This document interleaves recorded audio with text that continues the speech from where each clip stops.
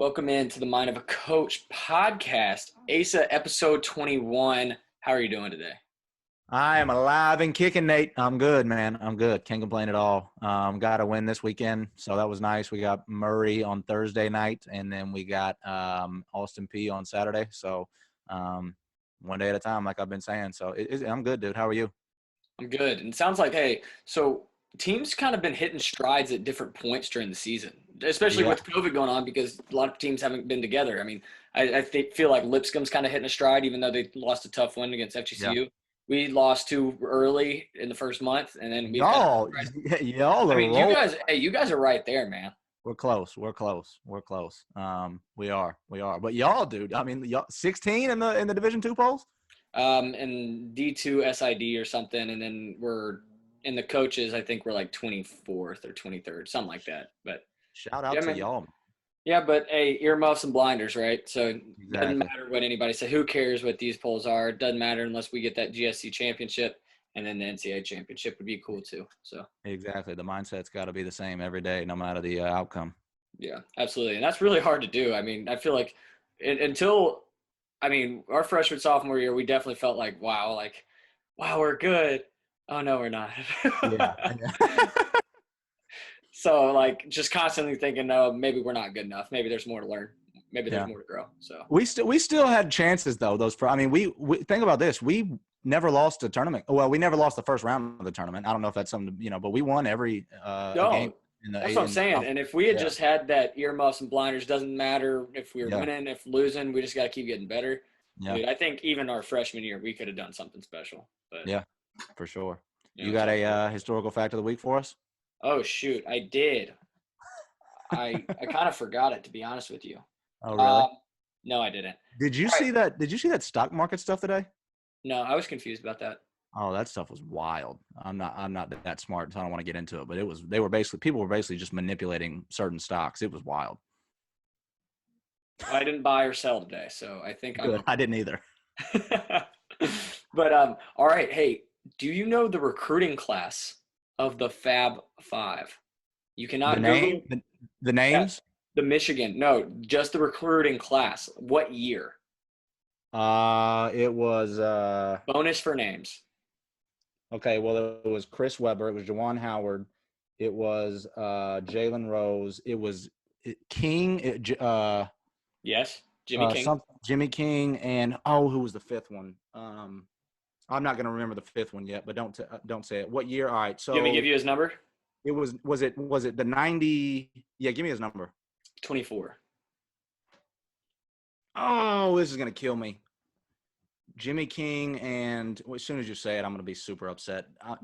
Who is it? It's not Blank Allen. It is Ray Jackson. Ray Jackson. Ray Jackson. Okay, Ray Jackson. All right, I was one off. Okay, so let's see. What recruiting Um, class was it? they lost. So Michigan lost the. I think they lost the championship in like '89 or something. Let's see. This recruiting class was it? It was either the '91 or '92 class. I'm gonna say it was all right. So that let's see. Their freshman year they made it. So the class had to be. It was the '91 class. 91. That's pretty fantastic. That's how you do it right there, Asa. Look at that. It was That's 91. phenomenal. That's phenomenal. Asa, you didn't give it last week. I'm anxious. Everyone's anxious. I think we have people trying to tune in early just to hear what do you have to get off your chest? Oh, Nate. I know I'm gonna ruffle some feathers, and you're my best friend, Nate, and I love you. But If this is about Tennessee, I don't want to hear it. I'm turning it off right now. Nate, it's the gift that keeps on giving. Tennessee football mediocrity, man. I mean, Yeah. you pay $3 million to buy out the AD at UCF, and you got to pay another $3 million to get the buyout from the coach at UCF. And he's not, I don't know if he was y'all's first pick, but we'll see where it goes. Honestly, this may be, the dark horse, the guy that comes in and changes everything for you. But right now, it's not looking like that, man. What's going on in Knoxville? Okay, so let me I'm respond. sorry, but You got to give everybody a chance. But to be fair, after what everyone did with Greg Schiano, I can see why there is some hostility towards the UT fan base. I hope he does well. I mean, I've come to expect nothing. So, I mean, 8-win season, that'd be good. 7-win, meh. Beat Vanderbilt, beat Kentucky. I mean, we're not even worried about Georgias and Floridas anymore. So Yeah, y'all shouldn't be. Y'all give us should. like 5 years when Nick Saban's like 83 Brick by brick, man. When Nick Saban's 83. and they have, I don't know, they'll have Oh. somebody. Nick Saban has cost a lot of people jobs, by the way. Bill Belichick will all of a sudden, like Nick Saban retires, Bill Belichick's still coaching. He'll be at Alabama. Think of, yeah, well, that'd be, oh wow, wouldn't that be something? Yeah, Andy Yeah. Reid. I mean, it would just be something. But yeah, Um, not great, Asa. But I think hey, you know what? Have Look, faith. again, like I said, this guy may come out of nowhere. He's not that, he may be the guy that changes it. He really might, but he might not. So He's just not the names that you thought were Tennessee was going to hire or try to hire. You were going to hear in the rumor or that mill, you like or that you think they could get, but yeah, like you had thought that they would have gone after, and they might have. They might have gone after Hugh Freeze or Gus Malzahn, but Gus Malzahn literally said he would take the job. So I mean, I don't know. Hey, just it was trust. because the UCF dude. It was because there was that connection there. They got the UCF AD, and then so he just went back and got his guy. Yeah, well, hope it works out. Hope it works Yeah. out. But Asa, I do not have any keys. I do not. Okay. However, our guest does. I'm excited for you guys to hear from him. Tune in. Yeah. What's up, B Bonds 23? Chilling like a villain, my guy. Wow, hey, do you have enough bracelets there on that wrist? Dude, you like that? You like that sauce? Wow. Wife's a big fan of the bracelets, my guy. Really? Yeah, she is. Wow. I mean, that throwback to 6th grade right there. What's your favorite one? What means the most? Oh, I just got this one from my Bible study. It's the HWLF. He would love first. He would love first. I think that's my favorite right there. Are they doing? I also noticed you got a little facial hair growing in there.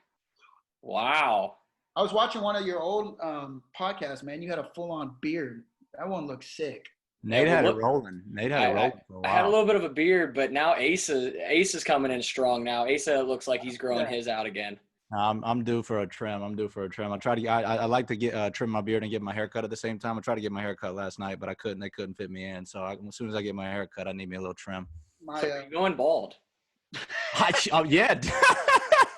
Yes, I'm going bald. No. Are you actually gonna shave it bald? No. I'm not actually gonna do that unless it is blatant that I'm going bald. But the hair's still there. It's just light in that part. The hair's still there. You're good, bro. But that's what they say. They say it's like your mom's dad, and my mom's dad was bald, so I'm done for. I just got a little toupee that's hanging over my little bald spot, so I'm good for now. I need a haircut bad, bro. Oh look, hey, Braxton's showing off. Like I have plenty of hair. I saw your parents not too long ago at Chewy's, Asa. Oh, did you? I think they mentioned that. Yeah. I think Yeah. they mentioned that. They go to Chewy's all the time. I know, dude. So do we. We love it. Y'all live out there? Yeah, we're right by Lifetime. Cool. Yeah. Good. Right there. Well, hey guys, I'm gonna go ahead and get into it. Our guest this week is Braxton Bonds. Braxton Bonds is a former basketball Nashville legend. Played at CPA. You won 1 or 2 state championships, Braxton. 2 state championships In a row, 2-peat. Yep, back to back. Yes, sir. After that, he went to Tennessee for a year. Transferred to, I might get this wrong, Columbia State. Yep. And then you went straight to Houston Baptist, correct? Yep. Where he finished his career, and now he's returned home. He is married. His sweetheart of how many years now? Is it 3, 4? Oh no, well, yeah, we dated for like 4 years. Mm-hmm. Yeah, so 4 years now. Yeah. Married like 7 months. Wow. Congratulations on that. Congratulations on that. But now he is a basketball trainer in the Nashville Franklin area, and he is also coaching junior varsity basketball at Freedom High School. Braxton, thank you for coming on. Yeah, man. Thank you guys for having me. I've been excited. All right. So as a player, some players who are successful in high school and college can have trouble reaching their players, right? Yeah. So especially the players that are unable to do the things that you could do or play differently than you do. How are you able to put into practice drills and skills for players who play differently than you?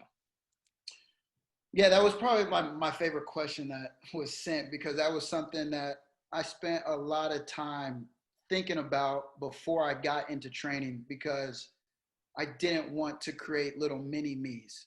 You know what I'm saying? Like that was that was something I didn't want to do. I didn't want to say, hey, this is how you do this because that's how I did it, right? Because they don't move like I move. They don't see things like I see. So I just spent a lot of time studying different players. And so once I studied different players, then I would take, the main skill. So say we were doing a crossover, right? I do a crossover different the way Kyrie does a crossover, the way Allen Iverson did a crossover. But there are certain skills that you have to have for a crossover, looking the other way, planning hard in the right direction, right? So I teach those basic things. Then we drill those basic things with players. And then I see how they do it. And I'm like, all right, let's find a way to make the way that you do a crossover the most effective. So when we play 1-on-1 or 2-on-2, if your crossover sucks, well, then we got to fix it. But if it works and you can get past people, well, then that's your crossover. Yeah. So I think that was something that I had to do, was just be cognizant of people are just going to play different than me. But let's take the basic core things in each skill and try to maximize that to the way that they do it. That's awesome. That's awesome. So going off that, or kind of shifting a little bit, so you're talking about training and maximizing that skill. So I personally believe that players should work on their strengths to weaknesses as 4:1, right? I mean, you obviously, if you work on your weaknesses and you make them half as good and you neglect your strengths, then you're just an average basketball player. Yes. So Yes. that's what I believe. But what is your philosophy when training, and how do you help players simplify their game? So I agree to an extent on the 4-1. We definitely, and it just depends on if we're in off season or in season on how I do things. Yeah, But definitely. obviously, if we're off season, then that's the time when, we're trying to get as most skill as possible.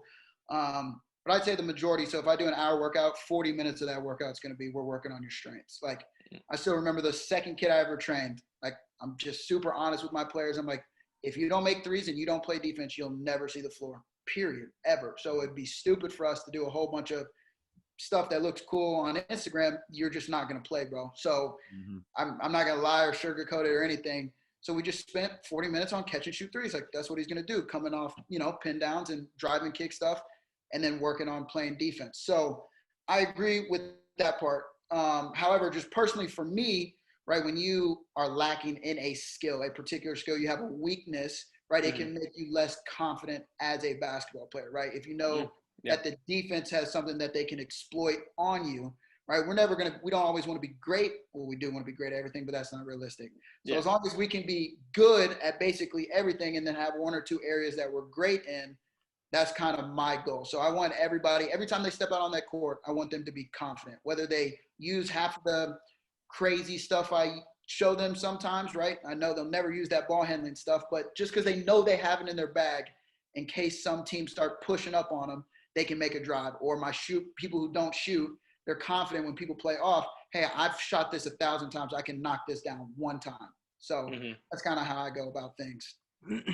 That was my thing with skill work a lot going up, is like, working with Spencer and Jamal, you're doing a lot of 10 counts, you're going through cones, you're doing a lot of, 8, 6, 4, 2 counts. Right. And not that you ever use those 8 counts in a game. Obviously, you're not going to sit there and just, go through your legs behind your back, crossover in and out, whatever, 6 times in a game. But you do that stuff so that when the pressure gets there, now you can do 6 to 8 of them at a time. Now all you got to make is one move to get by your guy. That way, kind of like you mentioned, how you have it in your arsenal, but you don't necessarily need to use it.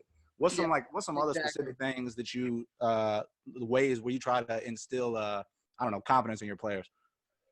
The main thing that I probably use or talk about to instill confidence in players is just the way I communicate with them, right? Yeah. So I just want to be the most encouraging person. The way that I got confidence as a player obviously was, people constantly encouraging me.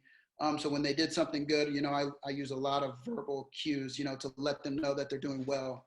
I think that just hearing constant affirmations is a way to build confidence, knowing that I believe in a certain player. And I'm like, hey, I've seen you do this before, man. You can do it again. There's no reason for you to not be confident. And then obviously everyone knows if you work on something, right? If you work on it, you're going to be confident. If you don't work on it, well, then you're not going to be confident in it. So absolutely. That's just basically what it comes down to. Yeah, and I think it's especially important because your dog's getting after it over there. Oh, hey, quiet. That was random. But especially as players, if we go back to our coaches and we feel like our coaches do not have confidence in us, that can be tough. So it's always important to have not what you want to hear in your ear, but a confidence, but also a truthfulness about it. And it sounds like you're doing both of those. 100%. Yep. Got to be truthful. I feel like there's too many people who blow smoke up some of these kids' butts too much. And I'm just going to put that, hey, man, why y'all been good all day? Stop. That they blow smoke up these kids' butts too much and tell them that they're the greatest thing walking. And that's just not how I do things. I'll be blunt, honest with parents. Hey, do you think my kid has a shot? No, they don't. So sorry. I'm not going to waste your money. Take your time. We can work as hard as we can. I can get you to this certain point that I believe realistically is something true. And hopefully that gives you confidence. Hey, here is a goal, an attainable goal. That should give you confidence. But me just saying, hey, man, you're going to be the next NBA basketball player, that's a lie. It's a fat lie. I don't agree with that. Nate and I talked early on in an early episode about parents and how they are with their kids and realistic and unreal. You know, what's a realistic and what's an unrealistic expectation. You know, and understanding that as a parent, and too often that gets confused. Yes, it does. Yeah, awesome, man. So going back to your playing days, what was it like moving out of the Tennessee area to go to Houston Baptist? What was that experience like? Man, well, I'm a homebody, so that was a little weird at first. It was a lot of praying, and then when I felt like the Lord was telling me to go to Houston Baptist, I was like, nah, that's not right. I was like, no, I don't think that's what you're telling me to do. But when I got out there, it really did feel like I love Houston. Like I would move back to Houston right now. At first, it was a weird adjustment just because different people are different, like the culture's different. Mm-hmm. But in a lot of ways, it was a beautiful way for me to grow and stretch, not only as a basketball player, you know, playing with different type of people than I was used to, but also in my faith, you know, just growing as a person, as a man, getting away from everybody and just kind of doing my own thing was good for me. That's awesome. And to go off that a little bit, so the reason I wanted to segue this into that was, or that into this, is so you played at basically 3 different levels. You played all and very competitive leagues too. Although one was considered Juco, and some people don't know too much about Juco and how competitive that is. It's competitive. Yes, some people might not make the grades or maybe not have the attitude, et cetera, or maybe they're just transitioning. But it's a very competitive league. So you go from Tennessee, high major, to Columbia State, Juco, Houston Baptist, mid-major. I mean, tell me about the transition and the different levels and styles of basketball. All right, so Tennessee was insane. I mean, just something I just wasn't ready for that life, man. Like my whole day being scheduled for me, weights, 2 to 6 film every single day. We watched film for an hour every single day over practice. I was like, yo, what are we doing, man? And then 3-hour practices of just getting cussed at and like, that was Tyndall, right? Yeah, that was Tyndall, man. And Tyndall was the guy, but he was intense. So that was a shell shock for me. But it was good. I was like, oh, these players are the real deal, and these coaches take this real serious. So that was different. Juco. Hang on. I got a question. Yeah. I hear a lot that, you know, if you go to a high major school, you know, the coach, you're not going to have a real relationship with the coach. He's not around a lot. How much was Tyndall around? Dude, Tyndall was one of my favorite coaches I've had. Yeah. Super personal guy. He brought me into his office so much and would share like little stories with me. Like I was a walk-on at the time, and he brought in an article of like a walk-on, like laminated it for me so I could put on my wall of a walk-on who turned pro. And he was like, I think this could be you if you keep working hard. Like little stuff like that. I wouldn't be able to sleep. I'd go shoot at 2 a.m. in the morning. He'd still be in his office and like call me in there just to talk. So no, that's not true. Just as long as you got a coach that loves his players, you're good. That's pretty cool. Awesome. All right, so go back. So that was the experience. Everything is labeled or kind of set out for you in high major. So now you go to Juco. Yeah, so Juco, different, right? Obviously, you have going from a high major to Juco. It was different as far as like the privileges that you got at D1. Like, you know, you got your food in your weight room. You didn't really have any of that. It was basically like I was back in high school, but I was competing for a scholarship. And I'm also, it's different. Like you want to win, but you're also competing with the other players on your team because they also want what you want. So I had 4 other point guards on my team who all want to go play Division I basketball. So that required a level of focus I had to have every single day. Like, oh, that guy wants my spots. If I don't put up numbers, I'm not going to go anywhere, and that guy's going to take it. So it was a grind every single day that I went into practice or to play that I kind of wasn't expecting. I expected it to be easy, but it wasn't. And then as far as the competition, I mean, we had dudes who play in the G League now, like that were in my league. Jalen Barford averaged 40 in Juco. We were playing some dogs every single day out of Memphis. It's high level competition. It's just kids who didn't make the grades or didn't try in school. I mean, there's some real high level athletes at Juco. Yes. Those are your 2. So that's the transition. All right. So now you've been at Tennessee, you've been at Columbia State, and now you go to Houston Baptist. What's going through your mind at this point? Hopefully going through mine was hopefully I don't go anyplace else. I cannot transfer again, man. This is technically my 4th school. Well, we didn't even mention the first. Yeah, I know, right? So that's technically my 4th school. I was like, Lord, please help me find a home, man, like someplace that I just feel comfortable and that I like. And that's what it turned out to be. Like as soon as I stepped on that campus, it felt like home. Something I was used to at CPA, just small, private, Christian school. So it really did remind me of being back home at CPA, which is like one of my favorite places ever. And then I fell in love with the coaches, my teammates, all good guys. Alex Fountain. Yeah, baby, Al Fountain, right? I love that guy. Yeah, I played 2 years of AAU with him in high school. Did he play EYBL? Did he play? Yeah, he did. We were with the Travelers together. Dude's hilarious, man. He is from the middle of nowhere, Tennessee. There's one stoplight. Alex Fountain is a riot. I love that dude. They have they have like an Alex Fountain Day at his school. At Warburg?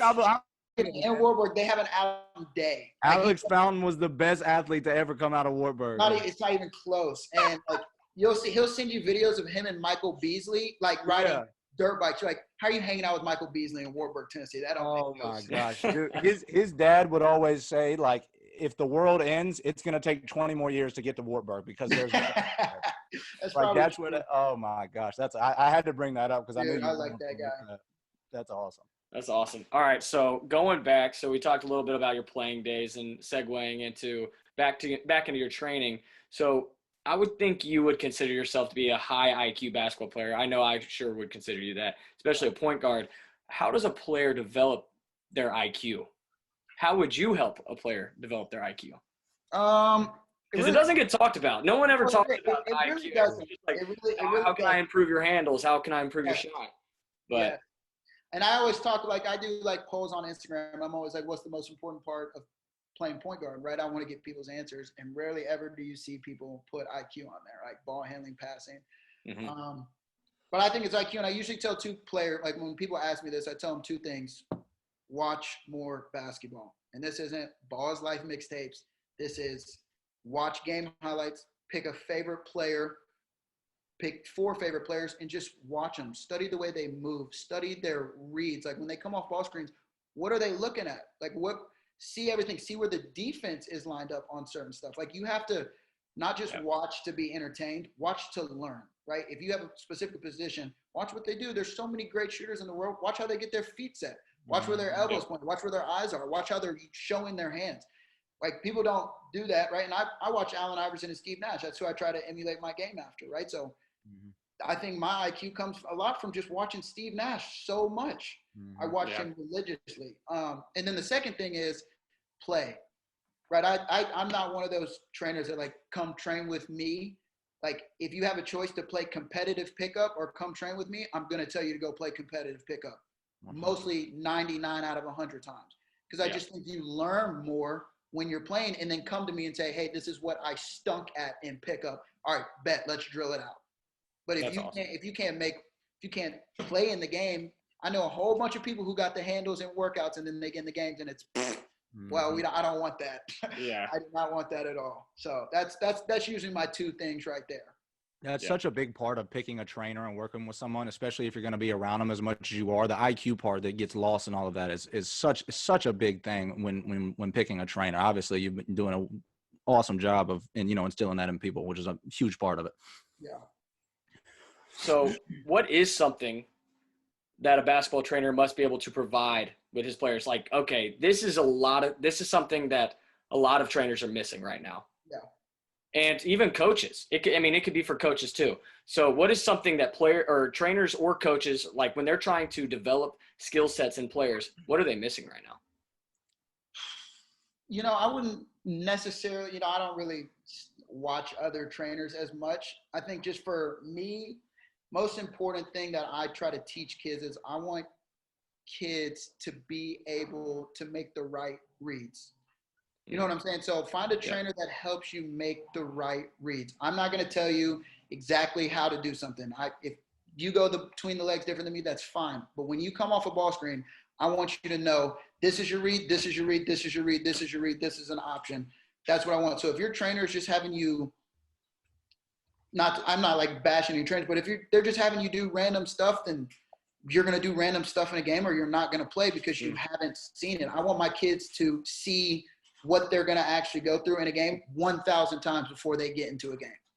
Yeah. I think that's what they're missing. And then another thing, like just have a real relationship with these kids, not just they come in for that hour and then they're gone, right? I want these kids to be able to talk to me about anything basketball, not basketball. That's why I make it a point to try to go to as many high school basketball games as I can because I want them to see my face. I want them to know that this is more than just, hey, you're paying me to train you for an hour. No, dude, I love you. I want to be in your life, and anything outside of basketball that you need, I got you. So those are the two things. Make sure you're building real relationships and make sure you're teaching these kids game skills that will apply. That's awesome. I think Asa could even speak for it. I feel like that's some things that really stood out in Asa's life, and you're going to have to correct me if I'm wrong, but with Mario, somebody that trained him but like really poured into him, like Jamal, Spencer, those guys, I feel like, Asa, you've talked very highly of them because that's what they did.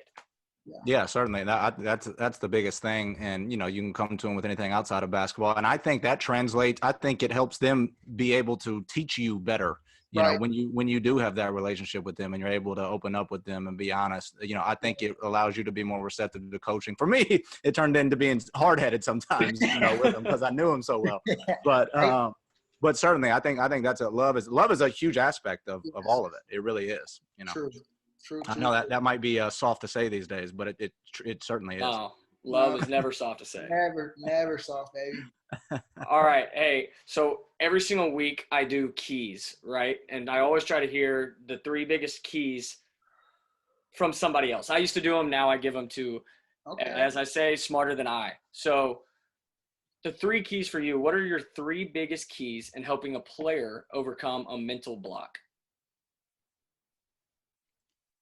Okay. First one, if a player has a mental block, I'm going to, dang, hold on. The dogs just want to be a part of it. I know. Just trying to be here. We're a pro dog podcast. For the most part. There we go. All right. I got you now. The first thing, I know this is going to sound weird, but the first thing I tell them, if they're struggling mentally, I tell them to pray. So that's the first thing that I would do. So that's the first thing that I tell players to do. And some players don't like that. Some players do. That's just my advice, right? There's a lot of things that are outside of our control, right? So I tell them to pray. The second thing is I usually use a famous Conor McGregor quote, my favorite athlete other than LeBron, right?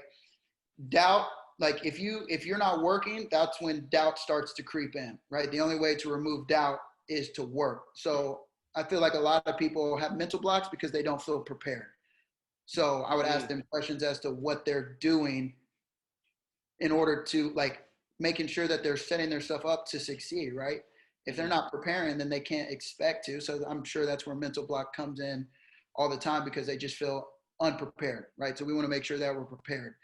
And then the third key that I learned from a YouTube video, I think, I was watching one basketball trainer and it's brilliant. It works so beautifully, is I lie.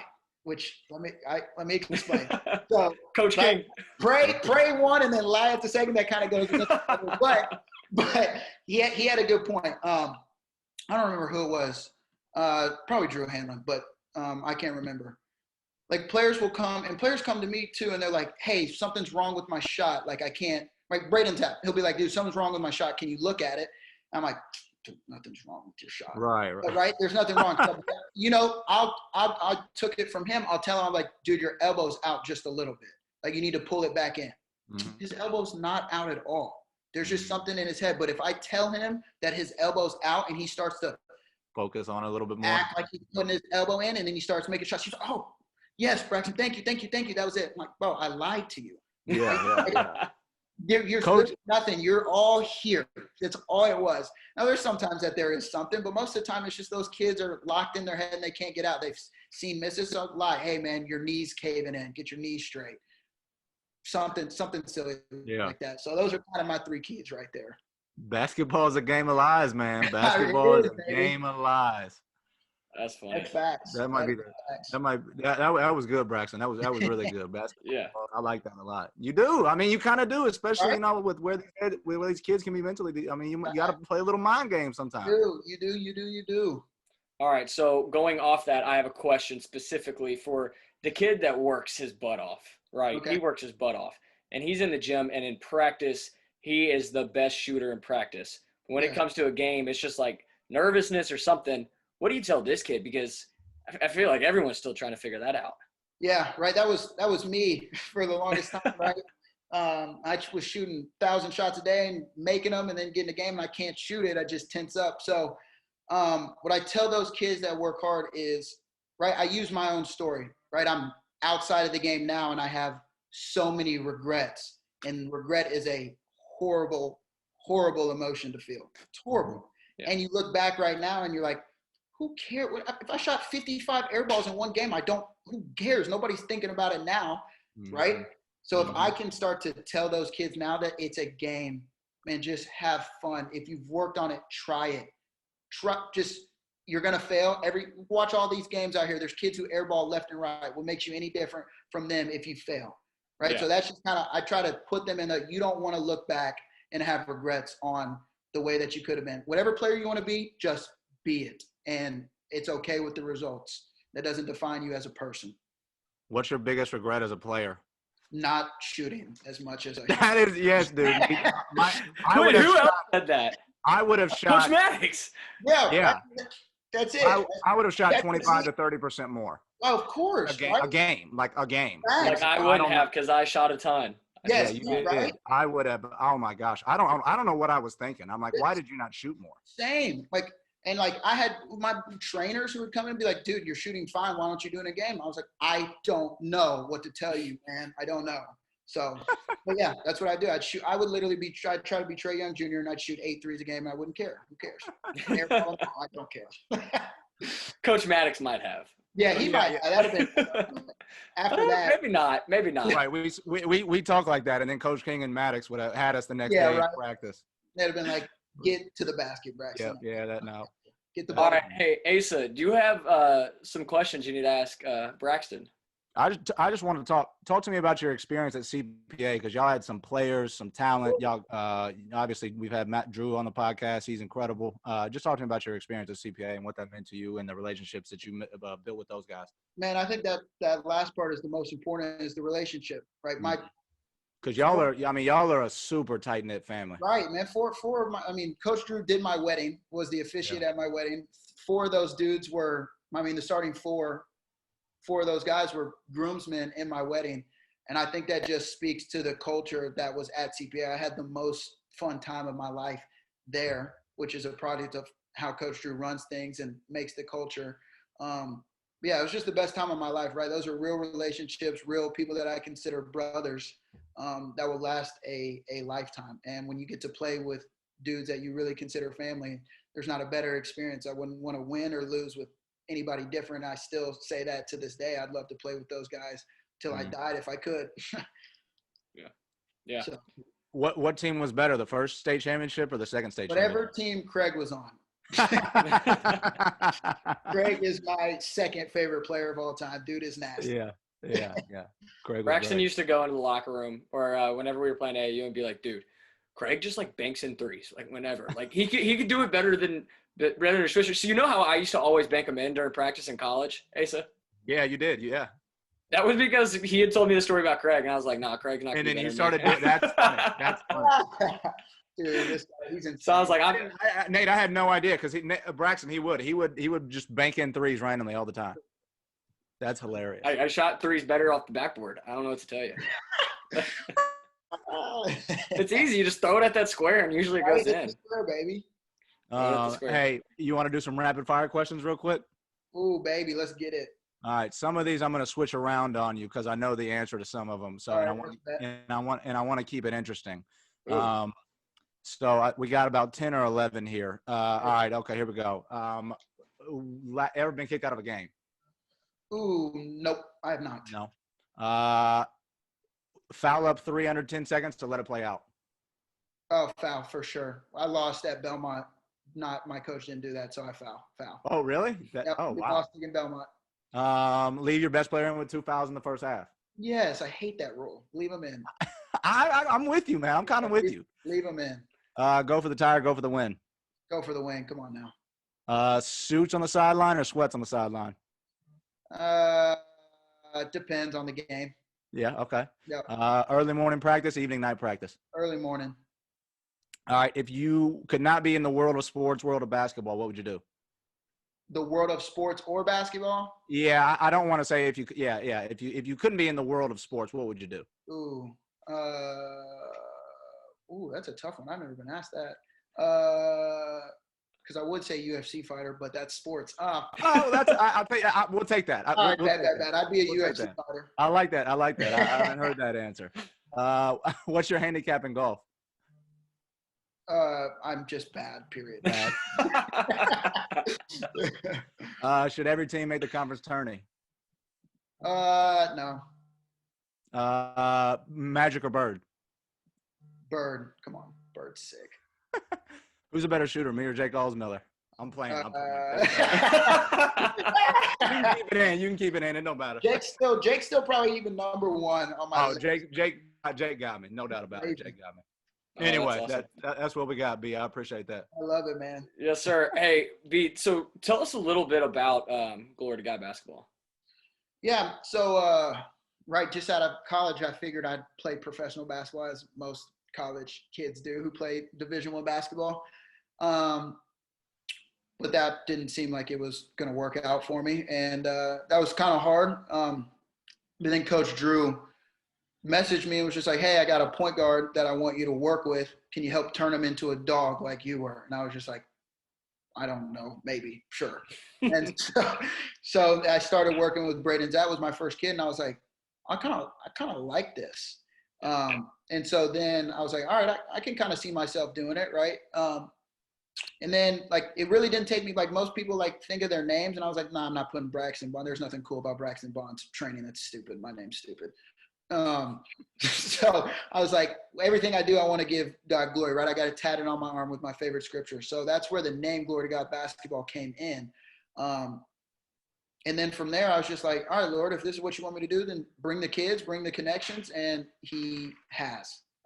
And so my mission is just to make kids as confident and as skilled as possible, and then make them the best possible human beings that they can be. So that's just kind of how I approach the game of training. That's awesome, man. That's Yeah. awesome. And hey, you're killing it right now too. So keep it up. I'm right. gonna have to come out there for a workout sometime if you'll ever let me in there. Dude, I get it. I get my film guy. Dude, that'd be perfect. We'll get a nice little video, put you on the YouTube channel. Oh gosh, no, I don't want to be in the workout. I want to watch. You're gonna be in it. I'm gonna put you. I put my old teammate through it. Come on, you'll be through one. Injured, can't do it. He said injured. Permanently For injured. life. We are injured for life. What is Yeah. it? The hips or the knees? He's the hips. I'm the knees. Are you? Yeah. Hip and knees. Doubles on both. Doubles on both. Right. Both legs have been compromised for Asa and I. Uh, We should have just been the crippled podcast. What were we thinking? Mind of a coach. It should have just been injured. Coaches on crutches. Boom. coaches- Coach Coaches on crutches. Nobody. Hey, by the way, I'm trademarking that. Nobody else Yeah, take it. right. You gotta get I'm that locked keeping out that. quick. Next t-shirt. All right, hey Braxton. Hey, we appreciate you coming on this week, man. Really, like, I mean, this is the first basketball trainer we've had, but it's not just like it's a basketball trainer. It's a guy that's had success in the game of basketball playing, and you are a coach now, Braxton. I am, man. We're not having many successes coaching, so I think I'm gonna stick mostly with training. But hey, coaching's fun too.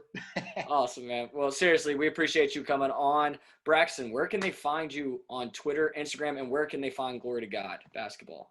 Man, so Glory to God _basketball on Instagram, no Twitter, Facebook page Glory to God Basketball, and then I have a YouTube channel, just G2G Basketball on YouTube. So those are where you guys can find me right now. Hey, definitely go check it out. I mean, he's got already a bunch of videos out. If you're looking to learn more about basketball right now, definitely go check it out to improve your personal game or to improve your players' games as well, even as a coach. So Asa, don't look for him on Twitter as well. So you guys have something in common, but his is a different story. He has been hacked, still hacked. So don't look for him on Instagram. It is the Ace of Spades with a Z on the end. You can find me on Twitter and Instagram at Nate5_Moran. Guys, we appreciate you guys listening to us this week. Thank you for tuning in. See you guys next week. Peace.